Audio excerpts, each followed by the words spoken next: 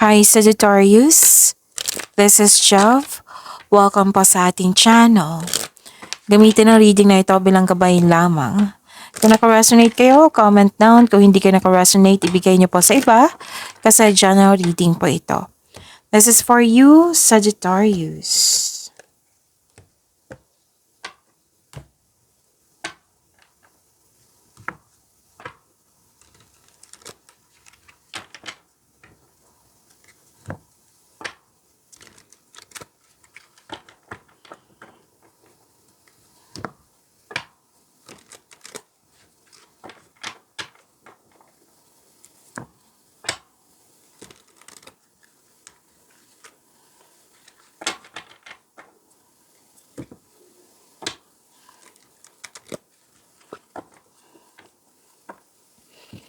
Para po ito sa iyo, Sagittarius.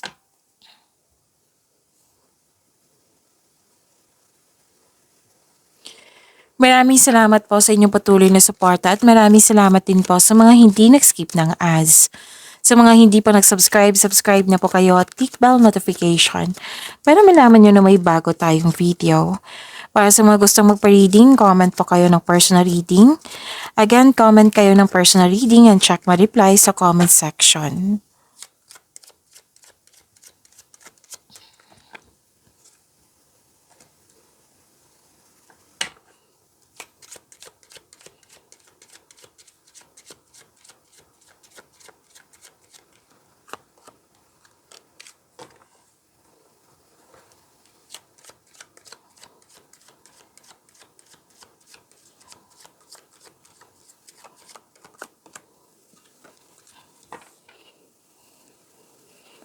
Sagittarius, ang ganda ka sa may proposal. Oo, pwedeng proposal pagkakasundo sa isang tao, promises, commitment, agreement, pwedeng signing of contract. Kung sa buhay pag-ibig to, pwedeng kakapasok lang ng relasyon, pwedeng proposal, engagement, ikakasal-kasal. Pwede din na may nag-uusap sa marriage contract.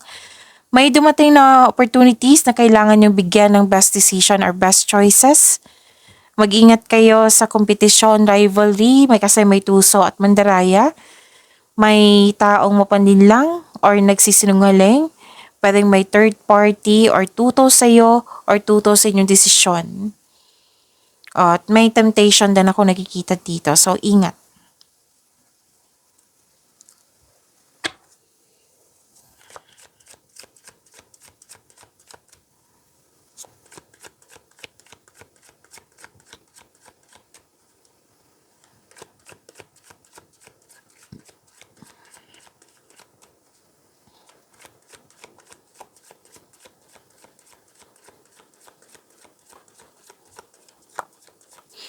This is your energy, Sagittarius.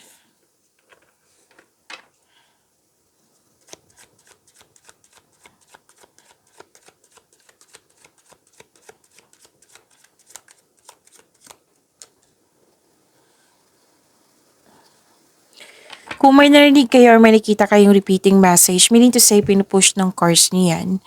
Like for example, nanood kayo ngayon ng June 10 and June 11, 2025 na video reading nyo sa Sagittarius. At may napansin kayo na repeating message. Yan po yung pinupush ng cards nyo na kailangan nyo bigyan ng atensyon, solusyon, at aksyon kung maaari po. So ano yung energy ni Sagittarius?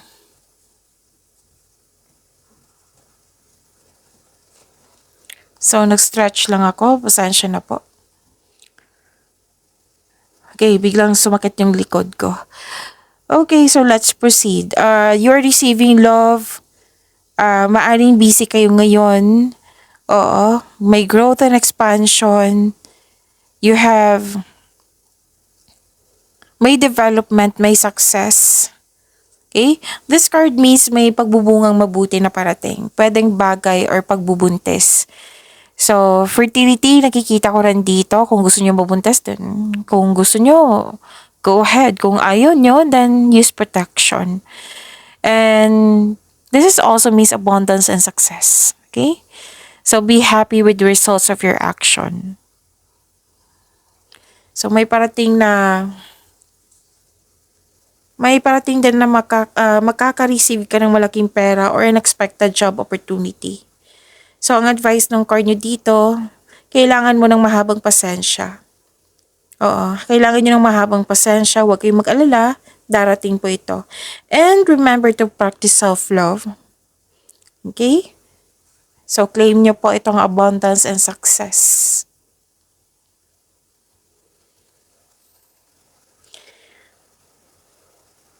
Nakita ko dito yung gusto nyo mapag-isa para makapag-isip, makapagpahinga, magpagaling. You can restore your energy by spending time with yourself. Para sa pagbalik mo, you will feel your energy restored. Kung hanap mo ay sagot sa inyong mga katanungan, solusyon sa inyong problema, sabi ng card, nasa iyo na po daw. Okay? So, maraming mga tao na takot mag-isa, baliktad naman sa iyo. Gusto mo maglaan ng oras para yung mag-isa, para makapag-isip. Soul searching ika nga. Parang perfect time sa iyo na maglaan ng oras sa sarili. Spending space, you're asking space. So, feel free yourself para makapag-isip ka ng maayos. Kung nais mo ng promotion, hindi mo na kailangan ng pahintulot to move ahead. So, some of you gusto nyo magtrabaho mag-isa rather than in collaboration.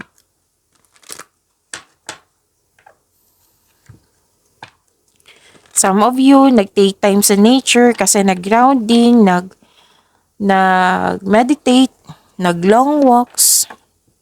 Yun nga, soul searching. Yan yung way mo para makapagpahinga ka. Para makapag-isip. Para din makapag-isip, magpagaling. You have divine inspiration, enlightenment, wisdom message. Makakatanggap kayo ng wisdom message. May realization din ako nakikita dito.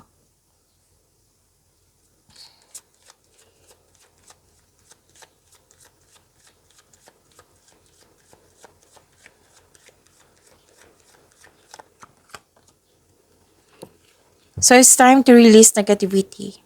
Yung blockages, yung bigat ng nararamdaman mo, kailangan mong ma-overcome yan.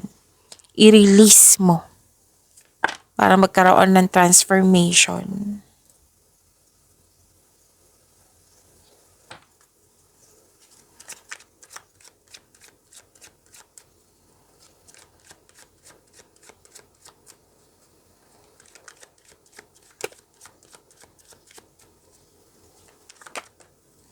So this is about your career and money po.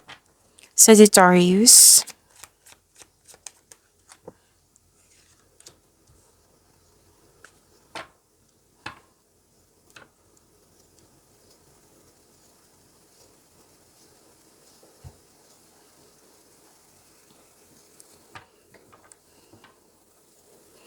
Okay, sa career and money nyo po, nakikita ko dito na nagkaroon po ng nasunod yung tradisyon. Like,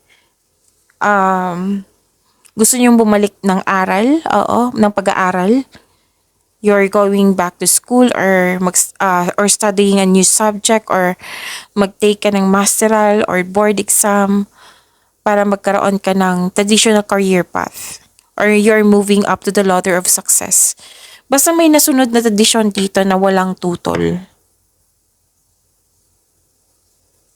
Okay? Pwedeng may tutol pero nasunod yung gusto mo. Yung walang nakapagpigil sa'yo. So may energy dito ng teacher at student. Pero then you are earning money as a teacher.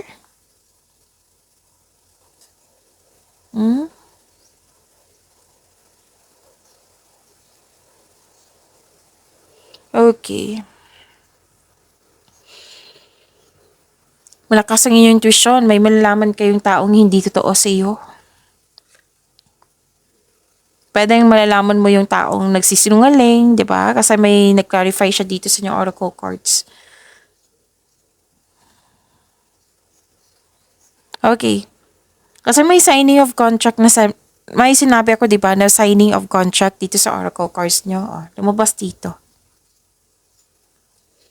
kung may signing of contract na mangyayari na kailangan mong basahin ng mabuti, intindihin, kung hindi mo na kung hindi mo na unawaan yung mga ah, yung mga nasa papel, oo, magtanong. Huwag kayong maghiya magtanong.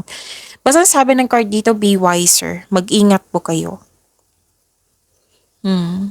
Kasi may nakita kong hidden charges or makadiscover ka ng deal to good what I meant is makaka-discover ka ng deal na too good to be true. Malalaman mo to kung magtanong kayo sa comment section, malalaman mo to kasi mataas ang iyong intuition. Kailangan mo lang makinig syempre. So may sikreto kang malalaman or malalaman mo na kung sino yung taong maloloko or nanloko sa'yo. So, dalawang card niyo mismo nagsabi dito na gusto niyo talaga magpahinga para makapag-isip, magnilay-nilay. So, yun ha, yung warning dito na pwedeng tao, okay? Pwedeng tao, pwedeng kontrata, pwedeng may pinost dyan sa social media na hindi pala totoo. Oh, so, wag maniwala agad. Alamin niyo muna kung totoo ba yan or hindi. Okay? Pag-ingat din kung tao ito, mag-ingat kayo kasi yung mga sinasabi niya, mga ginagawa niya, may masamang hangarin. Okay? Na may hindi totoo. So this card tells you na be careful of seeing things that are not there. Pero mukhang magkakaroon kayo ng pag-uusap nito. So, pwedeng magkakaroon siya ng honest conversation kung itong taong ito ay malapit sa iyo. So, take chances. Kasi nakita ko talaga dito na may tao na hindi totoo sa iyo. May ganap nga na celebration dito or nagkaroon ng celebration kasi may nakumpleto or na-achieve.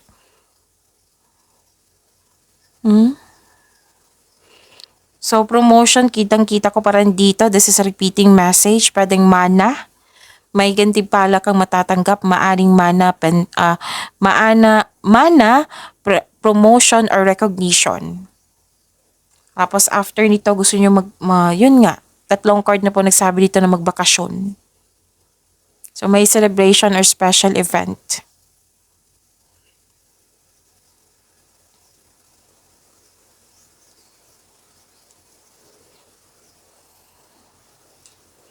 So, follow your intuition in making financial or business decision. Yung sabi ng card ha, this is a different card but the same message. Yung naghahanap kayo ng sagot sa inyong mga katanungan, solusyon sa inyong problema, sabi ng card dito, nasa iyo na po.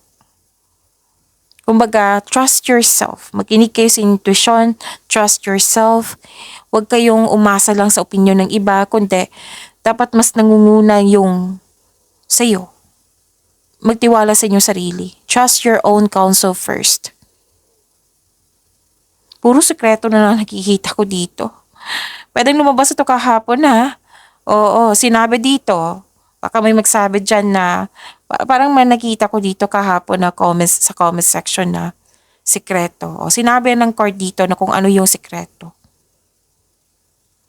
Okay? Mapanlin lang. Diba? Sinabi kanina, mapanlin lang. Malalaman mo na kung sino ito. Malalaman mo na kung ano ito. Yung pwedeng sinasabi, pwedeng sa kontrata to. Basta may hindi totoo. Malalaman mo yan kasi nga mataas ang iyong intuition. Yan ha, na may sagot na dito. Klarong-klaro na yan. 4 na card na nagsabi niyan.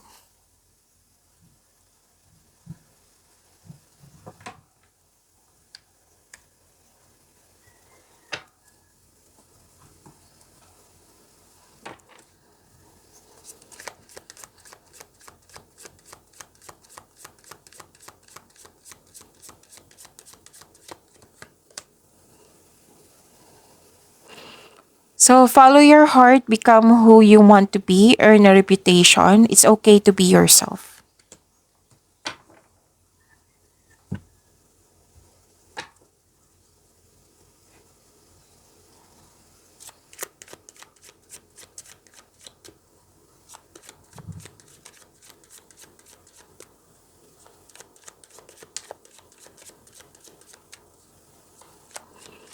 Love life, self-love, partnership, and romance ni Sagittarius.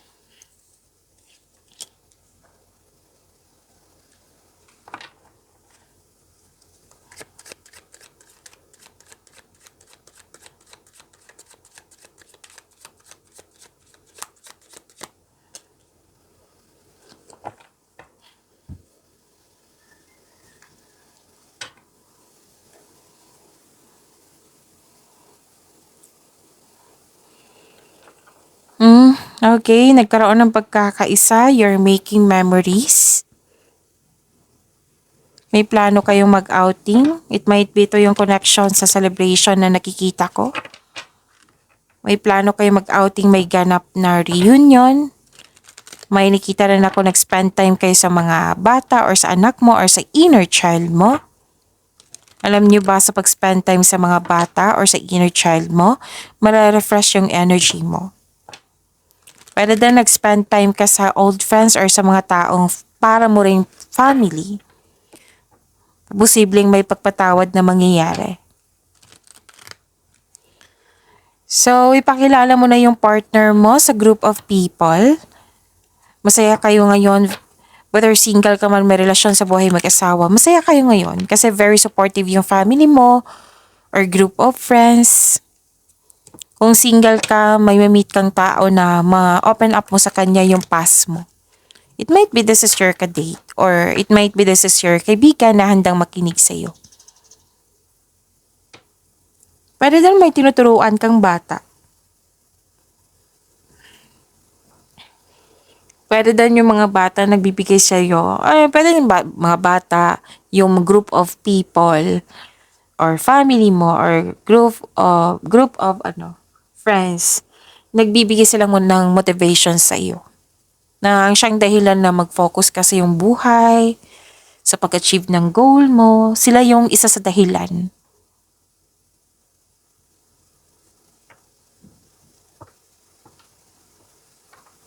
May matatanggap kang mensahe galing sa isang unexpected sources or galing ito sa inyong inner child or sa inyong intuition or sa bata na kausap mo.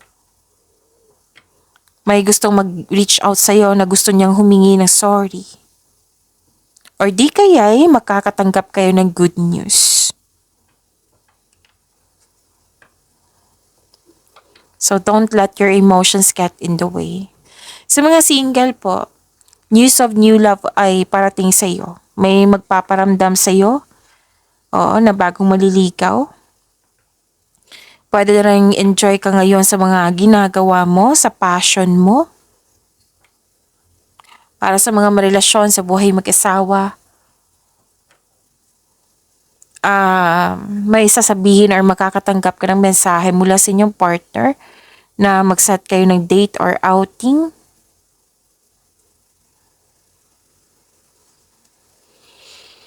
Okay, if you're single, huwag pilitin na magbuo ng relasyon na hindi nakatadhana sa iyo. Huwag kayong mag-alala. The universe is working behind the scenes to bring romance into your life. So, magtiwala po sa divine timing.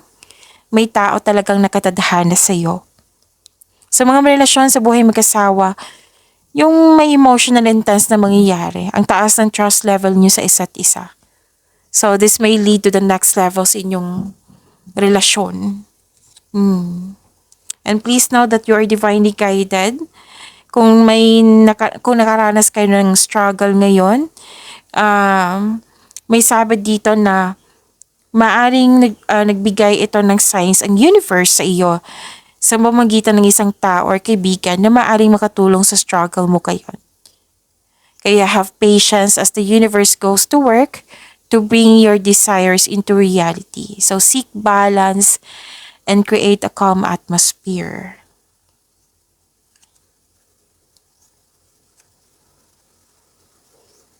Nakita ko rin dito na nagkaroon po ng you love yourself more. Even, hindi lang to sa mga single ha, even sa mga may relasyon sa buhay mag-asawa. You love yourself more. Okay, so kuha tayo ng message.